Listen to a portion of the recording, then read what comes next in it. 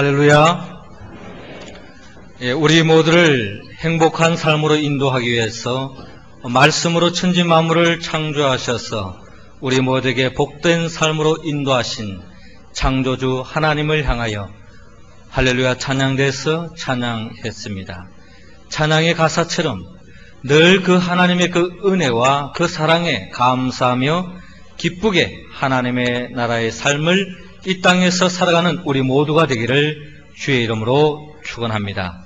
우리 옆사람 한번 인사 나눕시다. 기쁘게 삽시다.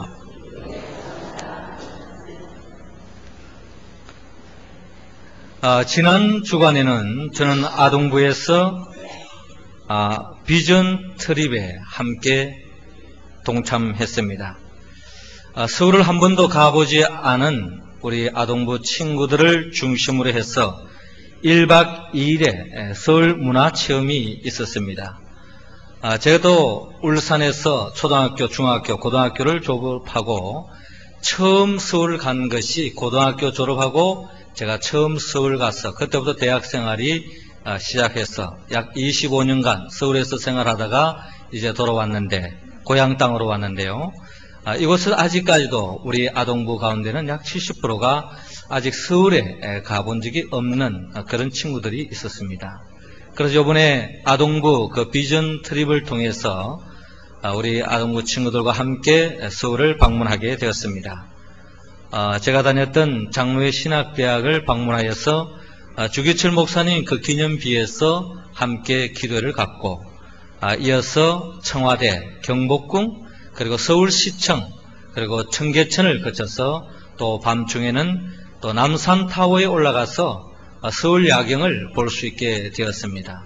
그리고 또 밤에는 제가 예전에 섬겼던 약수교에서 하룻밤을 자고 또 그 다음날 아침에 일어나서 또 경복궁으로 창경궁으로 갔고 그 다음에 국립박물관 그리고 서울대학교를 거쳐서 국회의사당과 또 마지막 코스로 여의도 순복음교회를 다녀왔습니다. 여의도 순복음교회는 우리 은양 출신으로서 서울에서 가장 큰 교회요, 또 세계적으로 가장 큰 교회를 섬기고 있는 조영기 목사님이 은양 출신이기 때문에 또 우리 어린 친구들에게서는 더 없는 큰 도전이 되었으리라 생각되어집니다. 이처럼 이와 같은 서울 체험, 문화체험을 통해서 저 개인적으로 서울에서 내려온 지가 거의 1년밖에 되지 않는데도 불구하고 너무나도 많은 모습들이 변화된 것을 제가 깨닫게 되었습니다. 특별히 그 중에 많은 변화가 있었지만 청계천의 변화라는 것은 이루 말할 수 없었습니다. 그 예전에는 복개천에 그 위에 고가도로가 있었고 그 고가도로에 그 많은 차들이 미워지면서 시커먼 매연들이 그 도시를 자욱하게 채웠는데 어느덧 그 모든 것을 다 흘러내고 시냇물이 흐르면서 푸르고 맑은 청계천물이 흘러가는 그 모습을 바라볼 때에 참으로 아름다운 모습이었고 마치 새하늘과 새 땅이 온 듯한 그런 느낌을 얻게 되었습니다. 이처럼 새롭게 변한다는 것은 참 기쁜 일입니다. 그러나 이 세상이 아무리 아름답게 변화된다 할지라도 사람이 새롭게 변화되어지지 않으면 아무 소용이 없다는 겁니다. 아무리 공간적으로 시설이 좋아진다 할지라도 사람이 새롭게 변화되지 않으면 그것은 다 허무하다는 것입니다. 하나님은 우리 모두가 시간이 흘러갈수록 새롭게 변화되기를 원합니다. 오늘 성경의 본문은 예수님께서 영광스러운 모습으로 변형되는 이야기를 오늘 성경의 본문은 우리에게 들려주고 있습니다. 영광스러운 예수님의 모습은 장차 우리 모두가 그리스도 안에서 새롭게 변화될 모습을 주님께서 우리에게 보여주고 있습니다. 우리는 어떻게 할 때에 죄로 말미암아 어그러진 우리의 모습에서 벗어나 예수님처럼 영광스러운 모습으로 새롭게 변화될 수 있을까요? 하나님은 오늘 본문 2절에서 3절을 통하여 예수님의 영광을 보아라 라고 말씀하고 있습니다. 2절 말씀 우리 다 같이 읽겠습니다. 엿새 후에 예수께서 베드로와 야고보와 요한을 데리시고 따로 높은 산에 올라가셨더니 저희 앞에서 변형됐사. 아멘. 주를 한번 따라하시기 바랍니다. 예수님의 영광을 봅시다.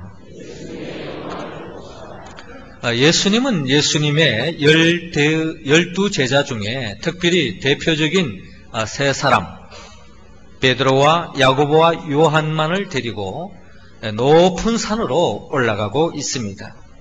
그리고 세 명의 제자들에게 예수님은 세상에서 빨래하는 자가 그렇게 희귀할 수 없을 정도로 하얗게 빛을 발하면서 변형되는 모습을 제자들에게 보여주고 있습니다.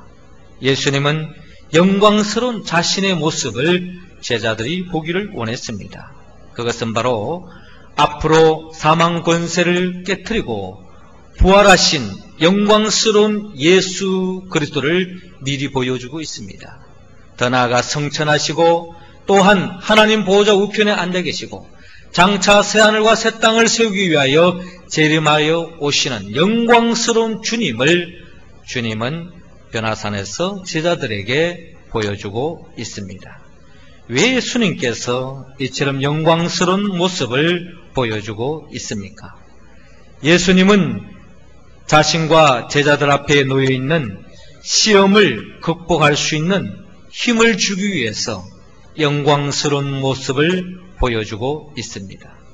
이미 예수님은 오늘 본문이 기록되어 있기 전에 마가복음 8장 31절을 통하여서 인자가 많은 고난을 받고 장로들과 대제사장들과 서기관들에게 버림받아 죽임을 당하고 사흘 만에 살아나야 할 것을 비로소 저희에게 가르치시되라고 기록되어 있는 것처럼 이제 주님은 십자가에 못 박혀 죽는 그 고난의 길을 제자들에게 일러 주었습니다.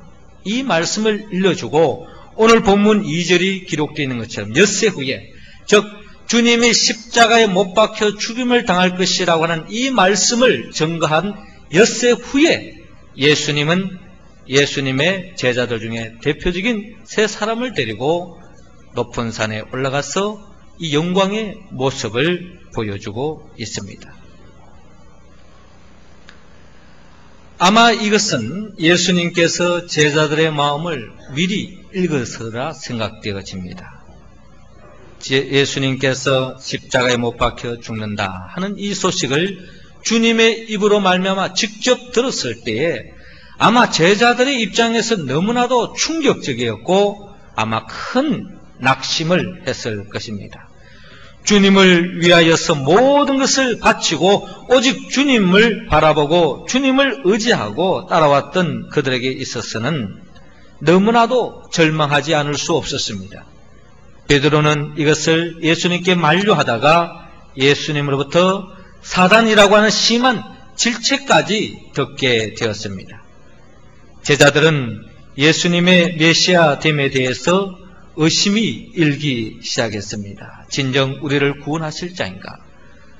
우리를 구원하러 오신 분이 십자가에 못 박혀 죽음을 당하다니 있을 수 없는 이야기가 아닌가 하는 것이 바로 제자들의 마음이었고, 또한 주님 말씀대로 이루어진다면 그것만큼 절망적인 순간이 없었다는 것입니다.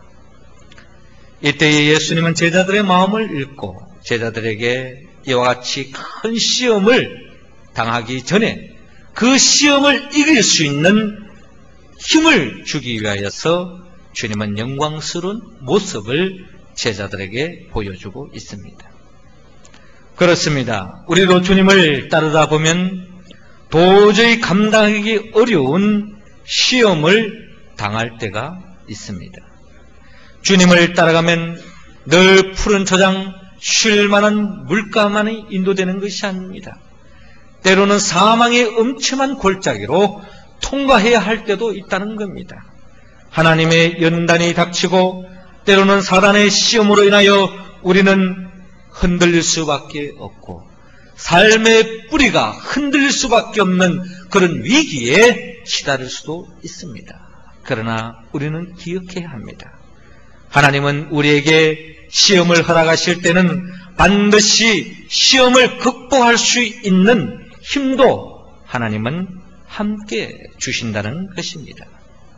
우리가 잘 아는 창세기 37장에 보면 요셉이 아주 영광스러운 꿈을 꾸게 되어집니다.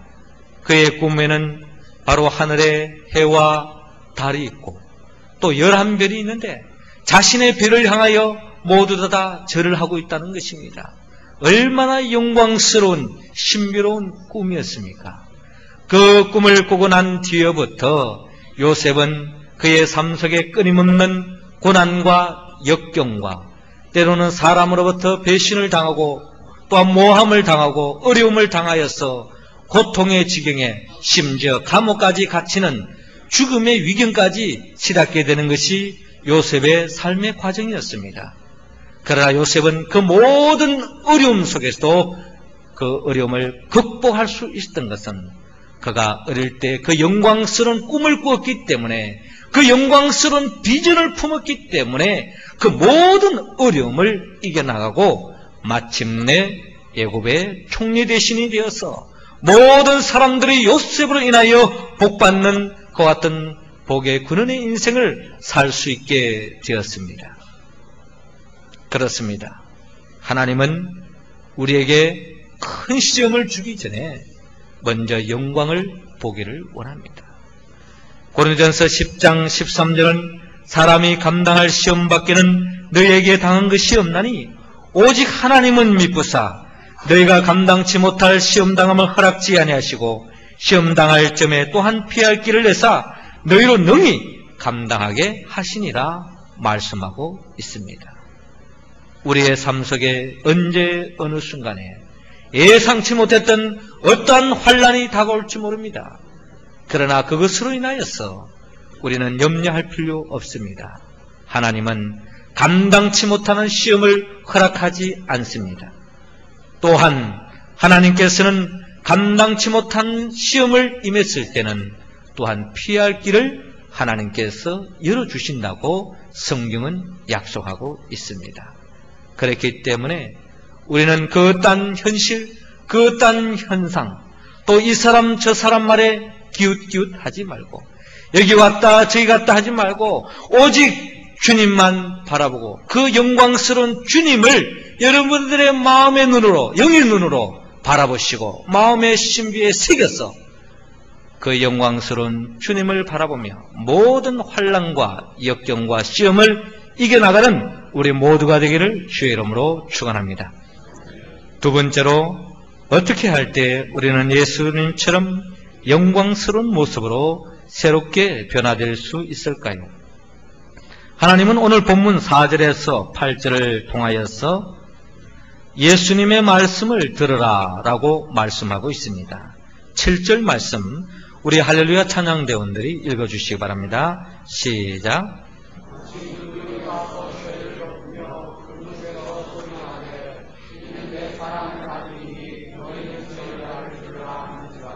아멘.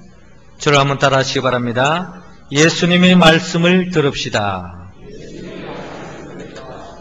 영광스러운 모습으로 변모하신 예수님은 엘리야와 모세와 더불어 말씀을 나누고 있습니다. 시간과 공간을 초월한 참으로 신비롭고 환상적인 순간입니다. 이를 바라본 베드로는 얼마나 좋았던지 예수님을 향하여 우리가 여기 있는 것이 좋사오니 우리가 초막 셋을 짓되 하나는 주를 위하여 하나는 모세를 위하여 하나는 엘리야를 위하여 하사이다 라고 고백하고 있습니다. 이때에 구름이 와서 구름 속에서 하나님의 음성이 들려옵니다. 이는 내 사랑하는 아들이니 너희는 제 말을 들으라 라는 구름 속에서 하늘의 음성이 들려옵니다. 잠시 후에 둘러보았더니 엘리야와 모세는 보이지 않고 오직 예수님만 남아 있습니다. 그렇습니다. 영원토록 우리 곁에 함께 하시는 분은 오직 예수 그리스도 한 분밖에 없습니다. 우리가 이 세상을 살아가면서 이 사람을 의지할 수도 있습니다. 저 사람을 의지할 때도 있습니다. 저 사람에게 도움을 받을 때도 있습니다. 그러나 진정 우리의 구원자 되시고 진정 우리의 살 길을 열어주시고 어떠한 환난과 역경 속에서도 우리와 함께 하시는 분은 오직 한 분, 예수 그리스도밖에 없다는 것입니다. 구약의 율법을 대표자로 모세가 우리를 영원한 길로 인도하지 않습니다. 구약의 선지자를 대표하는 엘리야도 아닙니다. 오직 우리가 귀를 기울이고 따라가야 할 분은 오직 우리 주 예수 그리스도, 우리 모두를 구속하기 위하여 십자가에 못 박혀 죽으신 예수 그리스도 한 분밖에 없다는 것을 여러분들이 꼭 기억하시기 바랍니다. 오직 예수 그리스도만 주목해야 합니다. 우리의 신앙의 기준이요, 우리의 신앙의 기반이요, 우리의 신앙의 표대가 되시는 분은 오직 한 분밖에 없습니다. 주님만 바라보고 주님만 의지하고 주의 음성을 따라 길을 걸어갈 때에 우리는 진정한 행복의 길로 나아갈 수 있습니다. 히브리서 기자는 히브리서 1장 1절을 통하여 옛적의 선지자들로 여러 부분과 여러 모양으로 우리 조상들에게 말씀하신 하나님이 이 모든 날 마지막에 아들로 우리에게 말씀하셨으니 라고 기록하고 있습니다. 옛적의 선지자들이 했던 그 모든 예언되었던 분, 모세의 오경을 통하여 예언되었던 분, 그 모든 성경이 주목하는 분은 오직 예수 그리스도 한 분입니다. 그분만이 진정한 우리의 표대라는 것입니다. 요한복음 15장을 바라보면 예수님을 포도나무로 비유하고 있습니다. 여러분, 포도나무를 바라보면 특별히 가을철에야 그 포도나무가 그지없이 아름답게 보이지만 요즘처럼 아직도 추운 겨울이 가시지 않은 이때에 그 포도나무를 보면 보기에 민망할 정도로 너무나도 앙상한 게 포도나무의 모습입니다. 그런데 예수님은 포도나무라고 말씀하셨고 우리는 가지라고 했는데 실상 가지가 있는지 없는지 그 가지의 모습은 정말 너무나도 보잘것없다는 겁니다. 그러나 그 가지가 포도나무에 붙어 있기만 하면 지금은 아무것도 맺혀져 있지 않지만 포도나무가 포도나무에 붙어 있기만 하면 마침내 포근한 봄바람이 불어오면서 거기에 싹이 나고 꽃을 피우고 마침내 그 가지가 주체하기 힘들 정도로 풍성한 열매를 맺는 것을 바라봅니다. 그러게 주님께서 말씀하지 않습니까? 나는 포도나무여 너희는 가지니 저가 내 안에 내가 저 안에 있으면 이 사람은 과실을 많이 맺나니 나를 떠나서는 너희가 아무것도 할 수 없느니라 라고 말씀하고 있습니다. 포도나무 가지가 포도나무에 붙어 있는다는 게 무슨 말입니까? 포도나무 가지로서 우리 모두는 늘 주님의 말씀에 귀를 기울이고 주의 말씀 따라 나아갈 때에 진정한 우리의 삶 속에 지금은 상상할 수 없는 풍성한 열매, 우리 자신이 감당하기 힘들 정도의 풍성한 열매를 맺을 줄로 믿습니다. 어떻게 할 때요? 주님의 말씀에 귀를 기울일 때 여기저기 기웃거리지 말고 이 말 저 말에 기웃거리지 말고 오직 예수님의 말씀에 청렴하고 그 말씀 따라 나아갈 때에 우리의 모습은 어느덧 영광스러운 모습으로 우리 모든 성도들이 그렇게 주의 말씀을 따라갈 때에 주의 몸된 교회는 영광스러운 교회로 온전히 세움받을 줄로 믿습니다. 이 역사에 동참하는 우리 모두가 되기를 주의 이름으로 축원합니다. 세 번째로 우리가 어떻게 할 때에 예수님처럼 영광스러운 모습으로 새롭게 변화될 수 있을까요? 하나님은 오늘 본문 9절을 통하여 예수님의 마음을 읽으라 라고 말씀하고 있습니다. 우리 9절 말씀 우리 다 같이 읽겠습니다. 저희가 산에서 내려올 때에 예수께서 경계하시되 인자가 죽은 자 가운데서 살아날 때까지는 본 것을 아무에게도 이르지 말라 하시니. 아멘. 주를 한번 따라 하시기 바랍니다. 예수님의 마음을 읽읍시다. 예수님은 3명의 제자들을 데리고 영광스러운 자리를 떠나 산에서 내려옵니다. 예수님께서 산에 내려오실 때에 제자들에게 인자가 죽은 자 가운데서 살아날 때까지는 본 것을 아무에게도 이르지 말라라고 분부하고 계십니다. 예수님은 산에서 내려오실 때에 변화된 주님에 대하여 제자들에게 침묵을 요구하고 있습니다. 여기에 우리는 예수님의 마음을 읽어야 합니다. 예수님의 마음은 오직 한 마음입니다. 그것은 바로 우리 모두를 영광스러운 존재로 변화시키는 것. 이것이 바로 주님이 이 땅에 오신 목적이라는 겁니다. 하늘 영광의 보호자를 버리고 낮고 낮은 이 땅에 오신 이유는 하나님께서 하나님의 형상과 모양대로 인간을 창조하셨어. 무엇보다도 하나님을 닮아 영광스러운 모습으로 창조되었지만 인간의 죄를 범함으로 말미암아 그 영광스러운 모습에서 완전히 멀어져 있는 어그러진 하나님의 형상으로 전락되어 있는 우리의 모습을 바라보며 이 모습으로 머물지 말고 다시 하나님의 형상으로 회복된 영광스러운 모습으로 회복시키기 위해서 주님은 하늘 영광의 보좌를 버리고 이 땅에 오셨고 그 영광을 제자들에게 변화산에서 보여주시며 또 변화산상에서 거기에 머물러 있는 것이 아니라 또다시 낮고 낮은 저 산 밑으로 주님은 내려가고 있습니다.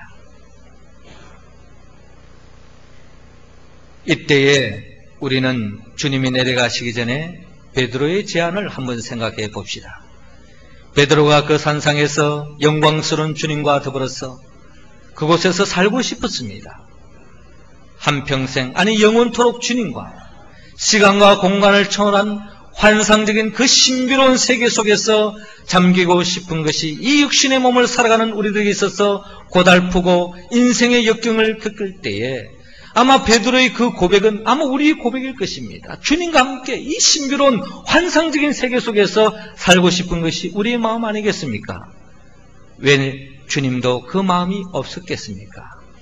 그러나 주님은 이를 위해서 이 땅에서 그 영광을 보기 위해서 이 땅에 주님이 오신 것이 아니라 모든 사람들을 영광스러운 모습으로 다시 회복하기 위해서 이 땅에 오셨기 때문에 예수님은 제자들을 데리고 다시 산 밑으로 내려가고 있습니다. 주님은 영광스러운 이야기를 하기에 앞서서 고난의 십자가를 이야기하기를 원합니다. 십자가를 생각하고 십자가를 묵상하고 십자가의 길을 걸어갈 때에 변화산상에서 보여주었던 그 영광스러운 모습으로 온전히 변화될 수 있기 때문에 제자들을 데리고 산 밑으로 고난이 기다리는 십자가의 길로 주님은 앞장서서 걸어가고 있습니다. 십자가의 길을 걸어갈 때 우리는 진정한 주님의 영광에 참여할 수 있습니다. 미국의 예일대 교수와 하버드 대학의 교수를 지냈던 헨리 나우에는 어려서부터 천재로 불렸던 똑똑한 소년이었습니다. 그의 인생은 한마디로 오르막길 인생이었습니다. 그는 마침내 하버드 대학의 교수가 되었습니다. 그가 집필했던 30여 권의 책은 모두가 베스트셀러가 되었고 그를 만나기 위해 수많은 사람들이 그에게 몰려왔습니다. 그의 인생은 그 누가 봐도 성공적인 삶이었습니다. 한 번도 뒤처진 바가 없었고 한 번도 떨어지는 바가 없었고 한 번도 막힘이 없었고 끊임없이 정상을 향하여 오르막길로 걸어왔던 그의 인생길이었습니다. 그러나 헨리 나우에는 인생을 살아가면서 가장 중요한 일을 해야겠다고 결심을 하고 그리고 그는 선포했습니다. 나는 오늘부터 교수직을 포기하겠습니다. 그리고 이제부터 정박아 시설에 들어가서 새로운 인생을 살 것입니다. 그리고 오늘부터 교수직을 포기하고 정박아 시설에 가서 섬기겠다고 선언을 했습니다. 많은 사람들이 말하기를 그 많은 보수와 명예를 왜 버리십니까? 차라리 후학을 양성하는 게 더 낫지 않겠습니까? 하는 권면하는 이야기도 있었습니다. 그러나 헨리 나우에는 대답을 했습니다. 나의 오르막길 인생은 성공과 칭찬에 가려서 예수님이 보이지 않았습니다. 그러나 이제 낮은 곳에서 예수님을 만날 것입니다. 나의 오르막길 인생은 성공과 칭찬에 가려서 예수님이 보이지 않았습니다. 그러나 이제 낮은 곳에서 예수님을 만날 것입니다. 이것이 바로 헨리 나우엔의 고백이었습니다. 그리고 토론토의 정신박애가 공동체인 라르시에서 장애인들을 위해서 용변을 갈아주고 식사하고 목욕을 하면서 연약한 사람들을 섬기다가 하나님의 부름을 받았습니다. 헨리 나우엔은 세상 사람들은 그가 왜 진정한 행복을 저버리고 고난의 길을 걸어갔는가 라고 의아할지 모르겠지만 진정한 하나님의 입장에서 본다면, 헨리 나우엔의 입장에서 본다면 진정한 영광의 길, 이 땅에서 그 하나님의 영광의 삶을 맛보고 이 세상을 떠났다는 것입니다. 사랑하는 성도 여러분, 이제 다음 주간에는 사순절이 시작되는 주간입니다. 우리를 영광스러운 모습으로 변화시켜 주기 위해서 주님이 친히 고난의 길, 십자가의 길을 걸어가셨던 주간입니다. 앞으로 40일간은 주님의 고난에 동참하는 것입니다. 주님의 고난을 묵상하는 것입니다. 우리를 영광스러운 모습으로 변화시켜 주기 위해서 하늘 영광을 버리고 변화산의 영광을 버리고 이 땅에 모든 우리의 죄를 걸머지고 십자가의 길, 고난의 길을 걸어가신 주님을 깊이 묵상할 수 있기를 바랍니다. 히브리서 12장 2절은 말합니다. 믿음의 주여 또 온전케 하시는 예수를 바라보자. 저는 그 앞에 있는 즐거움을 위하여 십자가를 참으사 부끄러움을 개의치 아니하시더니 하나님 보호자 우편에 앉으셨느니라 라고 말씀하고 있습니다. 여러분, 영광스러운 모습으로 새롭게 변화되기를 원합니까? 지금의 자리를 벅차고 더 없는 행복한 삶으로 나가기를 원합니까? 주님은 우리에게 말씀하고 있습니다. 예수님의 영광을 바라보고 예수님의 말씀을 듣고 예수님의 마음을 읽고 십자가의 길을 걸어가며 십자가를 길을 동참하라고 말씀하고 있습니다. 이 말씀에 우리가 어떻게 응답할 수 있을까요? 우리의 힘으로 우리 의지로 불가능합니다.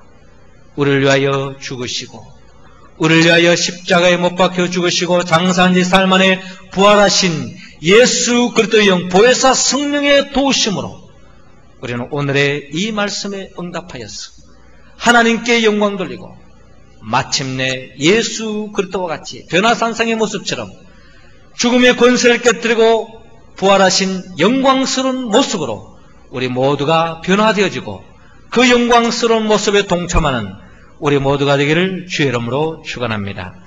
기도드리겠습니다. 생명의 영 보혜사 성령님이시여, 이 시간 우리 모두에게 보혜사 성령의 기름을 부어 주시옵소서. 예수님의 영광을 바라보게 하여 주옵소서. 예수님의 말씀을 듣게 하여 주옵소서. 예수님의 마음을 읽게 하여 주옵소서. 주님이 걸어가셨던 길, 영광된 모습으로 변화되기 위하여 십자가의 길을 우리 모두가 외면하지 말고 그 길을 우리 모두가 함께 걸어가므로 주님께서 십자가를 통과하여 마침내 부활의 영광에 동참했던 것처럼 우리 모두가 그 복에 나아가는 새롭게 변화되어지는 영광스러운 모습으로 감격스러운 인생길로 걸어가는 우리 모두가 될 수 있도록 인도하여 주시옵소서. 예수님의 이름으로 기도드리옵나이다. 아멘.